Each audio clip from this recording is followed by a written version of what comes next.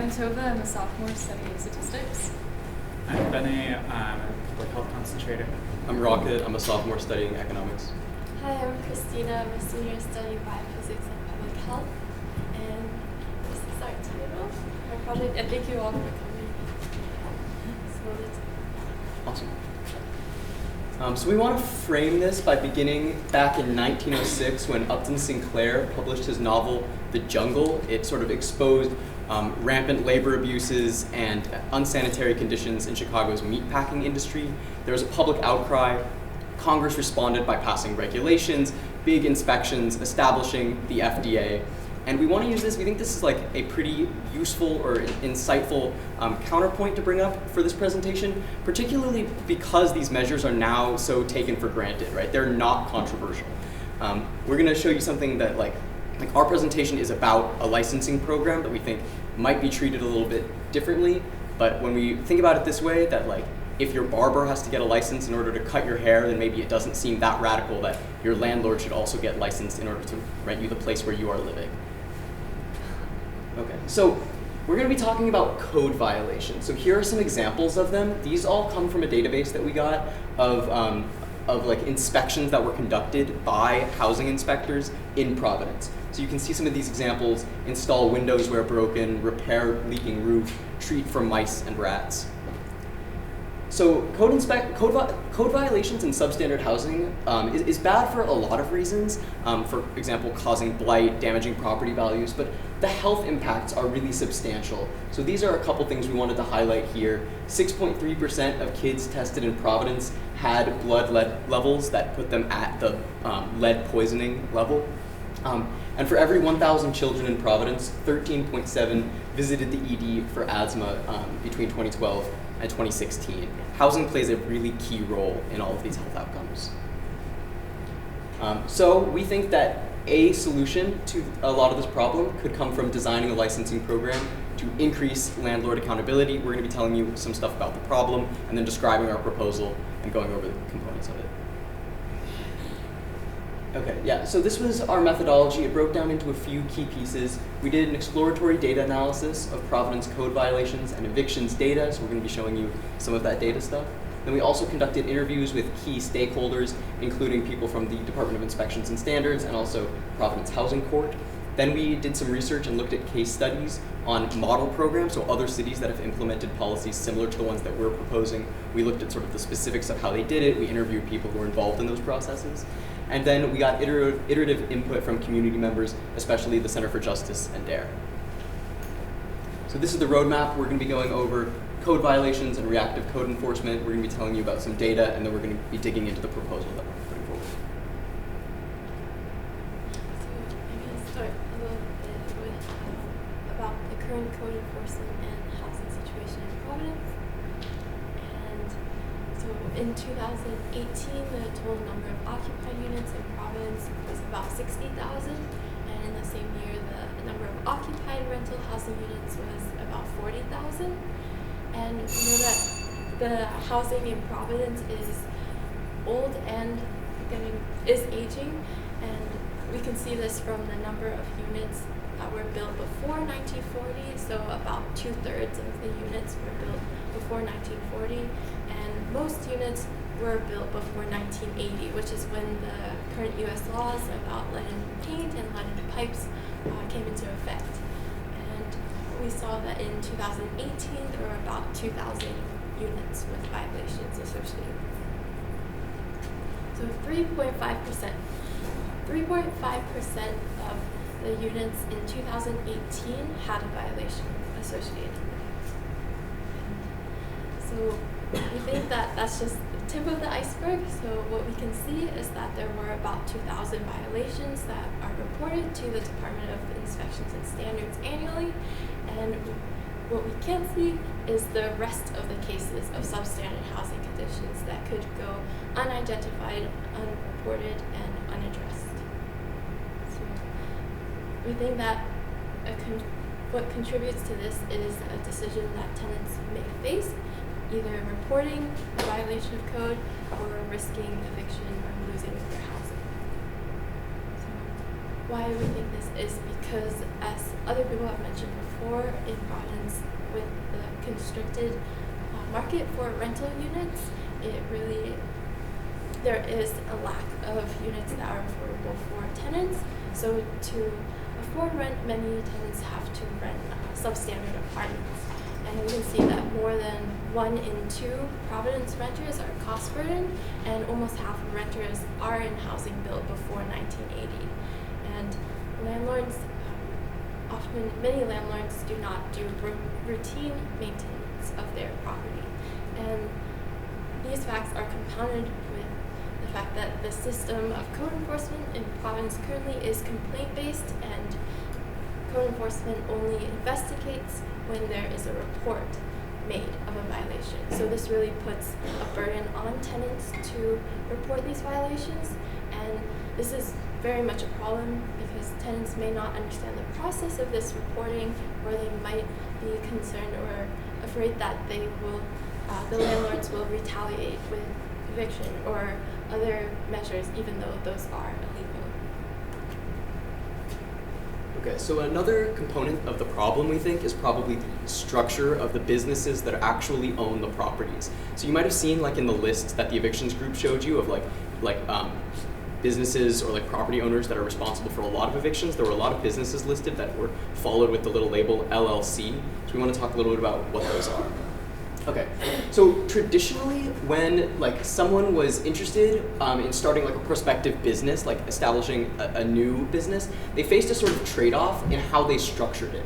And this trade-off sort of came down to whether the business itself was a separate entity from the business owner. So if you want to hit the button, we have some fun animations here. Yeah, okay.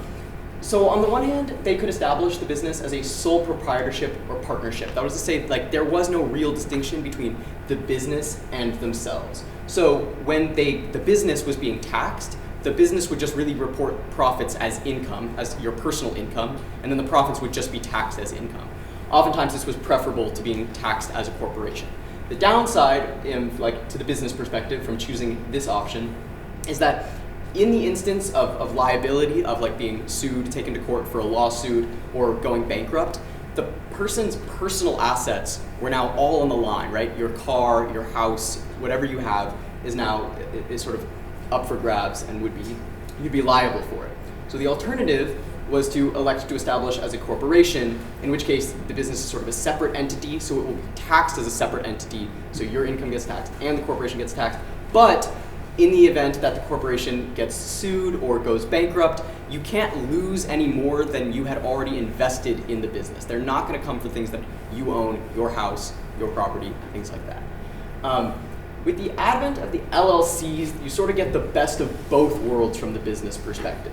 An LLC is a type of business structure where the members, that is the owners of the LLC, can elect to just be taxed just as if it was income and avoid the sort of heavier corporate tax while still having all of their liability limited. So the reason we think that this has a significant influence specifically with respect to code violations and substandard housing is that this shift reduced the disincentive for landlords to avoid code violations. So a lot of negatives in there, right? The alternative is that, like, if the landlord is personally liable for something going wrong on the property or the tenant getting hurt, then they're really at risk. So they would try to do more, that is, like, they would work harder so that code violations don't happen. When they're not personally liable, it sort of reduces the risk to them of something going wrong, so code violations are more likely to happen. That's the argument. Another sort of aspect of LLCs is their anonymity. This isn't sort of directly responsible for the substandard housing the way the limited liability itself is, but we also think it's problematic because the biggest thing is probably just that it inhibits data collection. So we don't really get to see sort of big picture trends in the housing market, and we don't really know what happens. Like, we don't know who's behind these things. The best we know is sort of like a list of who's doing evictions, like we saw from the eviction presentation. It also means that when someone is going to try to like rent the property, they don't know if their landlord is someone who just is like has very consistently, very notoriously rented to people like poor housing. So for example, like in New York City, there's a landlord watch list where tenants can look up their landlord's name and see like, do they often evict their tenants? They could look at like what is the quality of the housing, but the anonymity that LLCs benefit from precludes this option. And then it also just avoids public accountability, a very similar reason that we don't know who are the people who are most responsible for substandard housing. This is an example from the form that you fill out to establish an LLC. It says pretty clearly, if your LLC is managed by your members, don't complete the spot where you would have to list their names and addresses. That's where the anonymity comes in. Okay, so we're going to talk a little bit about the data that we looked at. So there's a lot going on here, but this is what we were curious about. We sort of had anecdotal evidence of retaliatory evictions. That is, when a tenant reported a code violation to the city, and then the landlord saw them now as a problem tenant, someone they didn't want to keep around, more trouble than they were worth, and evicted them. The process is illegal, but because tenants might already have been behind on their rent or for other reasons, evictions did still occur. So we were interested in sort of getting a sense of how prevalent this practice might be. So what we did is we took a data set that had violations, code violations in Providence, and a data set that had evictions in Providence, and we matched them by address. So we had a list of where are the addresses that have had both evictions and violations. So there were 252 properties that were like that, and then we ordered them. We wanted to know, once a violation has been reported, once the tenant called in and said, this housing is not up to code, how long did it take before the eviction happened? So that's what we were measuring, the amount of the number of days that elapsed before the next eviction at that same property. So that's what this graph is here. It's the distribution of numbers of properties for these different amounts of time. So you can see that for one of these data points way out there at the 700 mark, that would be this maximum value of 688, someone reported a violation, and then a lot of days went by, and then there was an eviction. Probably there's not the connection we're looking for there. But in 20 cases in this 3-year period, there was an eviction that happened within 10 days of the violation being reported, and in 3 instances, the eviction happened the same day that the violation was reported. So we don't know anything totally conclusive from this, but we think it's enough to suggest that there is a problem that deserves a lot more analysis. Yeah, there's more to figure out. So, as Christina and Rocket have discussed, with the current code enforcement system, it really relies on a reactive complaint-based system that relies on tenants to report any violations that they might note in their housing units. We think this is problematic because this relies on tenants to understand the housing code and understand what a violation is, and to understand the process of how to report those code violations to the city. Currently, any landlord can take any property and bring it onto the rental housing market without having to certify that their units are up to code. So we propose to implement a rental housing registration program that would require landlords to first prove that their units are code compliant before they're actually able to bring it onto the market. So the requirement for our licensing program would require landlords to prove code compliance through a proactive rental inspection every 5 years to maintain their license to be able to rent to their tenants. So I want to go through what that process for obtaining a rental license would look like for landlords. So starting from the top, landlords would first obtain the rental licensing registration form from code enforcement, either by paper or through an online portal. And then the landlord would either request an inspection from code enforcement, or for municipalities in Rhode Island that might not have the capacity to conduct all of these proactive rental inspections that they would be required to do, landlords would have the option to hire a private home inspector to meet the demand for proactive rental inspections. So the landlord would either have an inspection from code enforcement be conducted, or hire a private home inspector to conduct that inspection for them. Either way, an inspector will conduct a code compliance inspection of their unit that they would like to bring onto the rental housing market. If that inspector finds that the unit is compliant with the Housing and Maintenance Occupancy Code, the inspector will issue a certificate of compliance, which is an affidavit saying that the unit meets the Housing Maintenance and Occupancy Code. If the unit is found to not be compliant with HMO, the landlord would be required to abate those violations, rehabilitate their units, and then have a reinspection be conducted until they're able to obtain that certificate of compliance. Once they've obtained their certificate of compliance, they would attach that with a registration fee to their registration form, which would be sent to their municipality's code enforcement.